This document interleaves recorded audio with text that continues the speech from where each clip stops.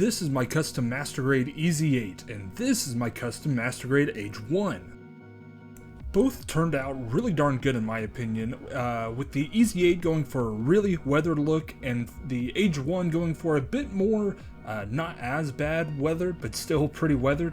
But to get there, I had to start here, with this guy, and this guy, and this guy. Starting with the Stray Red Frame, and the Destiny, and the Grandpa Gundam himself, all three of these guys were early attempts for me to do some sort of weathering with my Gunpla, to very different results. For the Destiny, I was really just trying to go for a different coat of paint, a different color scheme. I didn't really know how to do that. I didn't use any primer, any sanding, I didn't even water down my colors, if you can believe it, and so he kinda... Yeah, there's chipping. It just doesn't look very good everywhere. There's paint that is kind of splotchy. Again, just not very good at all. I like the color scheme. That's really about it, because you can see in spots like with the fist gauntlets there, some of the paint is really kind of built up. In other spots, there's not near enough. I did get the head to look pretty alright, in my opinion, but he's...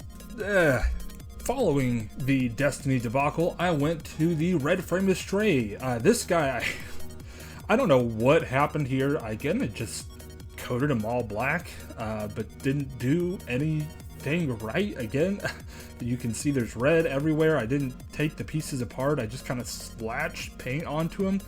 Again, decent colorway, but not so good. And with the Gramps, I tried to do weathering with just paint. Same sort of problems. This, it looks terrible. It looks like a 5th grader's art project. I didn't take any steps necessary to get him looking good. The only thing I did do was the kind of V-fin shattering. Everywhere else, I mean, just look at this. This looks like a poor attempted camo or something. Not good at all. But I show you these guys to show just how far I've come in a couple of months, realistically. Like, again, this Easy 8, I think turned out really darn good. I took the pieces apart when necessary to get the proper weathering effects on different spots. I used a Dremel to actually do real damage to a lot of the pieces, like here on the back skirting. I did weathering with, I don't know, Tamiya Weathermasters to add this kind of brownish in different spots, as well as giving the paint itself kind of a... I just say weathered again, but a weathered feel. Even on the inside, I used a toothpick, actually, if you can believe it, to kind of paint over some of these really finer spots to give them a metallic look, and I think it turned out pretty darn good. The Easy 8's always been one of my favorite designs, and this guy, mine specifically, I like a whole lot because of that. So I wanted to take those same type of concepts, but to a lesser degree on this Age 1. I didn't want it to look as heavily weathered or battle damaged. Maybe I can start using that. So I was trying to go for a lighter look.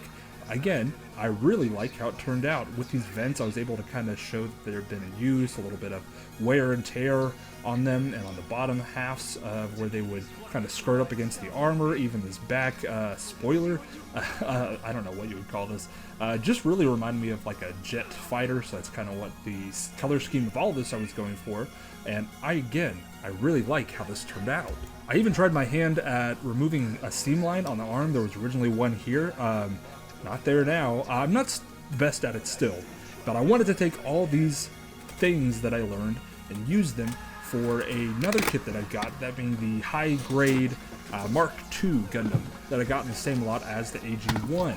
And so to do that, we got to clear out the photo booth and prepare for some building. He's in the Destiny box because if you saw my last video, I could not keep any of the boxes. So we got to get these paints ready. I'm using these Vallejo model color paints that I got at Hobby Lobby. We're going to be getting our tools here. We got, of course, our hobby knife, some tweezers, some paint brushes, some liquid cement, the weathering kit, as well as, of course, our nippers, some sanding sponges, and our wet palette. I'd say, let's get to work, shall we?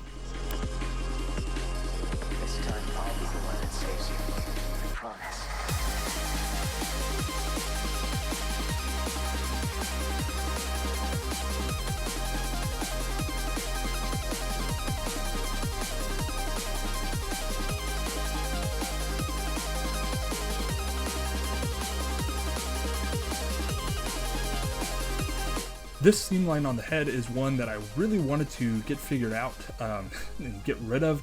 It always bothers me in a lot of the early high grade kits, so I'm really going to try to buff it out. To do that, you want it to sand down the edges, follow it up with some liquid cement in both sides and kind of sandwich the two pieces together, and doing so just to really hammer in how forceful you got to be with these. And then I do a little extra coat on the top to kind of help even it out. Turns out all right later on, but we'll get to that when we get to that. Because I love you. Huh? What are you talking about? You mean like romance? Yeah. As far as high grade kits go, this Mark II isn't anything special in terms of articulation, build, anything like that. It builds up like your typical Universal Century high grade, with the only problem really being in the feet, but I'll show you that here momentarily. That sounds like a challenge. So, has that increased your motivation? Yeah, big time. Then promise me. Swear you'll come back. We will meet again. I know it.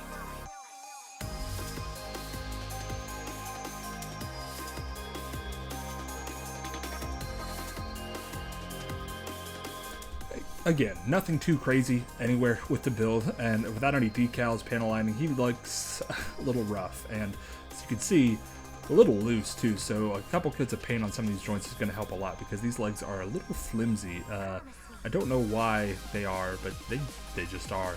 And with these feet, as you can see here, you see that little buffer there? That's because there's no posability at all anywhere on the feet, just the ankle. So this guy is not going to be pulling off the most dynamic poses, but what else can you ask for with the Mark II? Let's get this guy apart.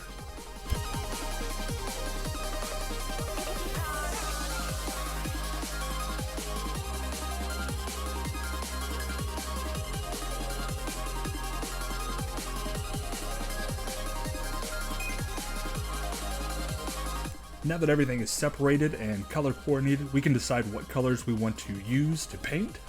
For the grays, this is kind of World War II basalt gray, I think is what it was called. Actually flows really well and mixes very well with this kind of darker black and this really light gray. And so since we're not doing too much, let's go ahead and get these guys going, shall we? I like to use this wet palette. I've only used it very recently, but it is a game changer. Helps keep the paints wet, of course, who would have thought? And just really helps keep the bubbles, keeps it from getting too sticky, too clumpy, and just allows me to paint better. I guess kind of like those kids when they say the shoes help them run faster. Yeah, that's me with this. Since we're not doing any big color overhauls, I'm not going to do any sort of primer. I'm just going to be sanding down these pieces to give the paint something to stick on. And without further ado, let's get painting, shall we?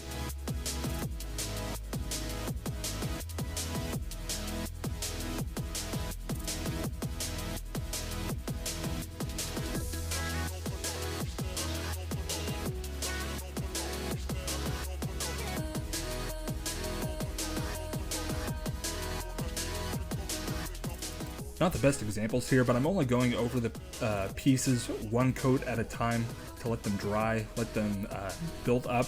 So if you do too many coats or try to do too many brush strokes on one piece over too quickly of a time, it does not look very good. So even if your first one doesn't look very good, just do one coat, let it sit, then do another one in a different direction, brush stroke. I think I just had a stroke. Yeah, so just watch me paint while I go get a drink of water.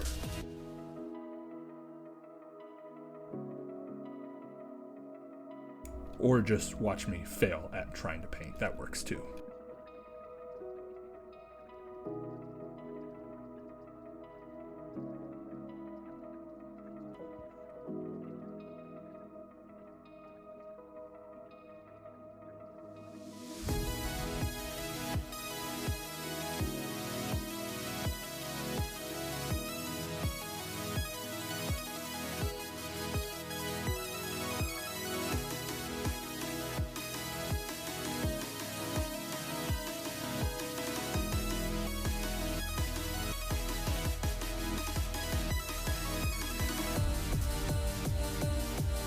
And now we're just going to panel line all the white pieces to help give them a little bit of shade.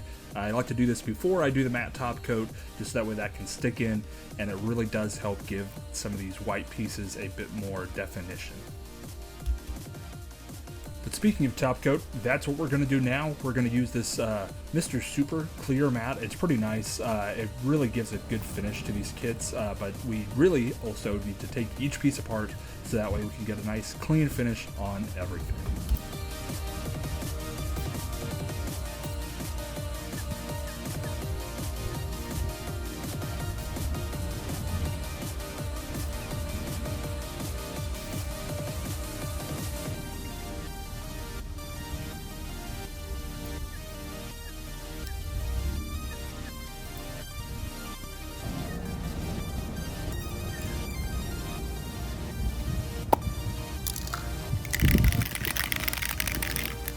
I like to be a good 3 to 4 inches away from my piece with my can, so that way I'm not really getting any spot too heavy, always rotating it so that way I'm getting a nice even finish on everything. And let's get this leg now, shall we? Or let me go grab that. I don't know how that flew off there.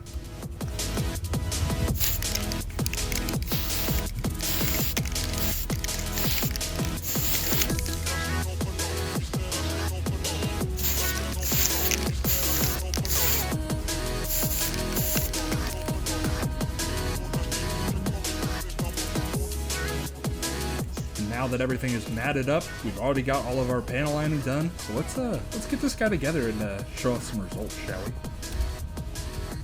And this is the final product, and I gotta say, I like how this guy turned out a lot. It's a very muted look compared to the original Mark II, and just Gundam in general. I feel like Gundam doesn't usually do kind of this muted look, but I like it a lot. There's something militaristic about it. Something militaristic about giant militaristic robots. Who would have thought? With this being high grade, I wasn't overly worried about getting everything perfect looking because a lot of the pieces are so small.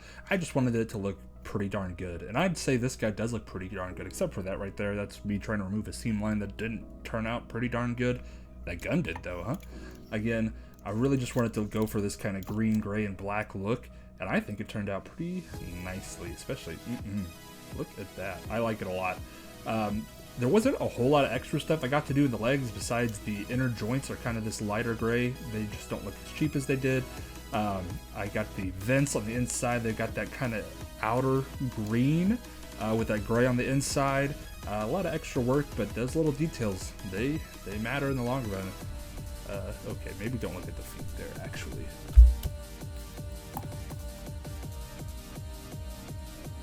Like I mentioned earlier, because the feet don't have a lot of articulation, he's not going to be able to pull off a lot of good poses, but let's see what we can pull off here, actually. Maybe? Okay, this is a 3mm hole, is it not? Why is this not wanting to go in? This feels wrong. I feel like I should not have to force this in. It almost, maybe I should put this part behind a Patreon? Why is this not going in? What is going on? Okay, it just takes a little bit more force. Maybe I got a coat of paint or that matte top coat was holding it. I don't know, but let's get him into some sort of poses.